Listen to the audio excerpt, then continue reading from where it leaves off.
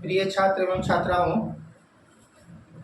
जैसा कि आपको मालूम है, आप सर्वविदित हैं मेरी क्लास से। मैं 15 तारीख को मराठा वन, जिसमें मैं पूरा शिवाजी के बारे में डिटेल से बताया था और मराठा की पृष्ठभूमि के बारे में पूरा जिक्र किया था। और आपको मैं बताया था कि मराठा बहुत बड़ी चैप्टर है, इसका कई पार्ट मैं बनाऊंगा। पार्ट 1 मैं ख़त्म किया हूँ, आज मैं पार्ट 2 लेकर आपके पास पेश हुआ। तो दिनांक 16/6/23 मराठा पार्ट 2 लेकर मैं पेश हुआ हूँ। अब यहाँ ध्यान देने वाली बात है कि मैं आपको बताया था कि शिवाजी को आप 2 फेज में पढ़ें, मराठा को 2 फेज में पढ़ें। पहला फेज में आप शिवाजी पढ़े, उसके बाद संभाजी पढ़े, राजा राम पढ़े, ताराबाई पढ़े, और मराठा के दूसरे पेज में जितने पेशवा है उसको आप पढ़ें। तो मैं मराठा का जो पार्ट 1 है सिर्फ शिवाजी को बताया था, संभाजी के बारे में नहीं बताया था, राजा राम के बारे में नहीं बताया था, ताराबाई के बारे में मैंने नहीं बताया था। आज के वीडियो पार्ट 2 में हम संभाजी, राजा राम और ताराबाई का जिक्र करेंगे। अब ध्यान दीजिए, शिवाजी के जो पत्नी हैं साईबाई नीलांबकर, तो साईबाई नीलांबकर से संभाजी का जन्म हुआ, पहली पत्नी। शिवाजी की जो दूसरी पत्नी है सोराबाई, और वो शिवाजी के काफ़ी नज़दीक है, उससे राजा राम का जन्म हुआ। और जो तीसरी पत्नी है पुतलीबाई, वो शिवाजी के मरने के समय सती हो गई। अब यहाँ ध्यान देने वाली बात है कि मैं पढ़ा रहा हूँ संभाजी, और वो 1680 से लेकर 1689। अब ध्यान दीजिए, शिवाजी के सबसे बड़े लड़के का नाम है संभाजी, और ये साईबाई नीलांबकर से इनका जन्म जो है 16 मई 1657 को पुरंदर के किला, और यह पुरंदर का किला पूना में स्थित था। 16 मई 1657 को पुरंदर के किले में संभाजी का जन्म हुआ साईबाई नीलांबकर से।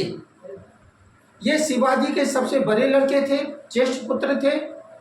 अब ध्यान देने वाली बात है कि यह जब मात्र 2 वर्ष का बालक था तो इसकी मां साईबाई नीलांबकर की मृत्यु हो गई। इसलिए संभाजी का लालन पालन इसकी दादी जीजाबाई ने किया। इसलिए जीजाबाई का प्रभाव इसके चरित्र पर है, संभाजी के चरित्र पर है, क्योंकि इसकी लालन पालन इसकी दादी जीजाबाई ने किया, और इसकी मां 2 वर्ष की अवस्था में साईबाई नीलांबकर मर गई।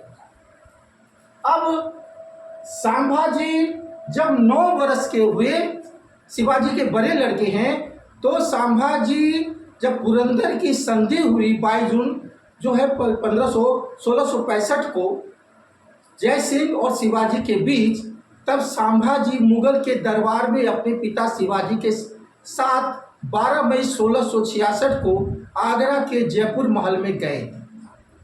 लेकिन शिवाजी और संभाजी को उचित सम्मान नहीं मिलने के कारण यह मिठाई की टोकरी में बैठकर 24 सितंबर 1666 को आगरा के जयपुर महल से भागकर रायगढ़ चले आए। अब ध्यान दीजिए कि संभाजी जब युवा अवस्था में आए, 20 से 21 वर्ष पर में आए, तब इनके सुंदर लड़की के प्रति इसके आकर्षित बहुत ज़्यादा, यह भोग विलास में लिप्त रहने लगे, जिसके कारण शिवाजी काफ़ी दुखी हो गए। और जब दुखी हो गए तो संभाजी को आदेश दिया कि तुम पन्हाला के जो किला है उसकी देख रेख में रहो। और शिवाजी की जब मृत्यु हुई तो शिवाजी की जो प्रिय पत्नी सोराबाई है, वो 10 वर्ष की अवस्था पे अपने पुत्र राजा राम को गद्दी दे दी। लेकिन उत्तराधिकार संभाजी थे। तो संभाजी को जब पता लगा कि राजा राम को गद्दी पर बैठा दिया गया है, सोराबाई मेरी चाची ने गद्दी पर बैठा दी है, तो संभाजी ने जो वहाँ पन्हाला के जो सेनापति थे, बहुत शक्तिशाली सेनापति थे, हमीरराव मोहिते को अपनी ओर मिला लिया और पन्हाला के किला से भागकर जो है राजा राम और सोराबाई को बंदी बना लिया। और जब ये बंदी बना लिया तो 16 जनवरी 1681 को संभाजी हमीरराव मोहिते जो सेनापति हैं उसके सहयोग से रायगढ़ में अपना राज्याभिषेक करना है। फिर ध्यान दीजिए, 16 जनवरी 1681 को सेनापति हमीरराव मोहिते की सहायता से उन्होंने रायगढ़ पर अपना राज्याभिषेक करवाया। संभाजी यह भी एक योग्य छत्रपति है। अभी तक इतिहास में जितने भी युद्ध लड़े, 21 युद्ध लड़े और 21 का 21 युद्ध को यह जीते। किसी युद्ध में इसकी हार संभाजी की नहीं हुई। अब संभाजी अपना जो पेशवा बनाया, नीलोपंत को अपना पेशवा बनाया और यह बनारस के जो पंडित थे, काफ़ी प्रकांड पंडित थे, कवि कलश को अपना सलाहकार बनाया। कवि कलश को अपना सलाहकार बनाया, नीलोपंत को अपना पेशवा बनाया।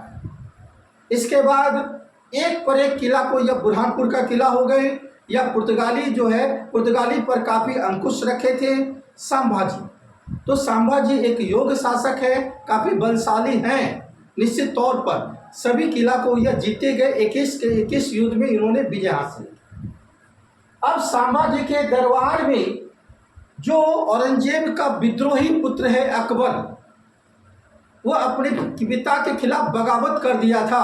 अकबर औरंगजेब के खिलाफ, और अकबर को संभाजी ने शरण दिया और 5 वर्ष तक अकबर जो है, अकबर जो द्वितीय है, वो संभाजी के दरबार में रहा। औरंगजेब को जब यह पता लगा, औरंगजेब इससे काफ़ी गुस्साया और अपने सेनापति मुकब्बर खां को संभाजी के पास भेजा युद्ध के लिए। और यह मुकब्बर खां ने संगमेश्वर नामक स्थान पर संभाजी और कवि कलश को हराकर पकड़ लिया और मुगल के दरबार में दोनों को लाया गया, संभाजी और कवि कलश। अब इतिहास में संभाजी जब मुगल दरबार औरंगजेब के सामने खड़ा हुए तो उनको बोला गया कि तुमको इस्लाम धर्म कबूल करना है। संभाजी ने बोला कि आप अपनी पुत्री की शादी मुझसे करा दीजिए, मैं इस्लाम धर्म को कबूल कर लूँगा। औरंगजेब काफ़ी आग बबूला हुआ और बोला कि इसके सब को टुकड़ा टुकड़ा कर दो। मेरी आदेश है कि संभाजी के सब को टुकड़ा टुकड़ा में बांट दो। और ऐसा ही हुआ। इतिहास में इतनी निर्मम हत्या किसी भी राजा का, किसी भी छत्रपति का नहीं हुआ। संभाजी को जीभ काटा गया, संभाजी के जितने नाखून थे उसको उजाड़ा गया, गला काटा गया, पूरे शरीर की मांस निकाली गई, उसके सब को कई टुकड़ा में काटा गया। और उतना निर्मम हत्या संभाजी की हुई और इसकी हत्या औरंगजेब ने करवाई। अब संभाजी की मृत्यु के बाद संभाजी की जो पत्नी है यशोबाई है, वो शक्तिशाली महिला है और संभाजी के पुत्र हैं साहू। अब ध्यान देने वाली बात है कि संभाजी की मृत्यु के बाद इसका सौतेला भाई राजा राम गद्दी पर बैठा। और जब राजा राम गद्दी पर बैठा तो वो 19 वर्ष का उस समय था, सौतेला भाई था और इसकी माता का नाम सोराबाई था। अब राजा राम जब गद्दी पर बैठे तो सबसे पहले इन्होंने कहा कि मैं राजा छत्रपति के योग्य नहीं हूँ, मैं साहू का दूत हूँ। इसलिए अगर साहू तो मुगल के कैद में बंद है, अगर साहू जिंदा रहता, अगर आता तो साहू ही छत्रपति रहता। इसलिए मैं साहू का डेलीगेट बनकर शासन करूँगा राजा। तो राजा राम क्या किया? तो राजा राम किया कि राजा राम जितने भी योग्य थे मराठा सेना, उसको जो कैद में थे उसको मुक्त कर दिया, कैद से बाहर कर दिया। उसमें प्रहलाद निरोजी थे, हमीरराव मोहिते थे, ये कई योग्य सेनापति को बाहर कर दिया। इसी बीच औरंगजेब आदेश दिया अपने सेनापति जुल्फिकार को कि जो है आप राजा राम के खिलाफ युद्ध कीजिए। जुल्फिकार आए और घमासान युद्ध हुई।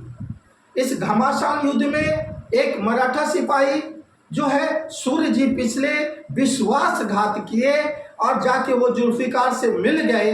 जिसके कारण यह युद्ध का जो पलड़ा है वो मुगल के खेमे में चला गया, जुल्फिकार के खेमे में चला गया और राजा राम की हार हुई। और राजा राम हारने के बाद वो राजा राम के जैसे हार हुई तो मुगल का कब्जा रायगढ़ के किले पर हो गया। तो मुगल की पहली राजधानी और मुगल बहुत मजबूत किला है रायगढ़, उसमें जुल्फिकार की कब्जा हो गई रायगढ़ का। राजा राम अपनी जान बचाकर अपनी दूसरी राजधानी जिंजी गया और जिंजी जाने के बाद बहुत दिन तक वो जिंजी में शरण रखा था। अब जुल्फिकार पीछा करते हुए जिंजी भी पहुंच गया और काफी दिनों तक संघर्ष करने के बाद अंत में मुगल जो है सेनापति जुल्फिकार जिंजी को जीत लेते हैं और राजा राम जिंजी से भी भागकर सतारा चला जाता है और सतारा में राजा राम की मृत्यु हो जाती है। अब राजा राम के बाद गद्दी पर बैठे ताराबाई। मुगल ये मराठा के इतिहास में ताराबाई काफी योग्य महिला मानी जाती है। यह हमीरराव मोहिते की पुत्री है और ये काफी शक्तिशाली महिला है। जब तक ये जीवित थी 1700 से लेकर 1707 तक ताराबाई औरंगजेब इसके सामने आक्रमण करने की हिम्मत नहीं रख पाता था और ये जितने भी युद्ध मुगल से लड़े सब युद्ध में यह ताराबाई विजय हासिल। सीगढ़ का किला हो, राजगढ़ का किला हो, पुरंदर का किला हो, जितने भी किला है महत्वपूर्ण किला को ताराबाई ने जीत लिया और मुगल से जमकर टक्कर ली और ताराबाई एक योग्य सेनापति के रूप में यह अपनी शासन को की। लेकिन आपको ये बता दें कि ताराबाई जो राजा राम के जो पुत्र थे शिवाजी द्वितीय वो 4 वर्ष के थे, इसलिए वो 4 वर्ष का कोई छत्रपति नहीं हो सकता है।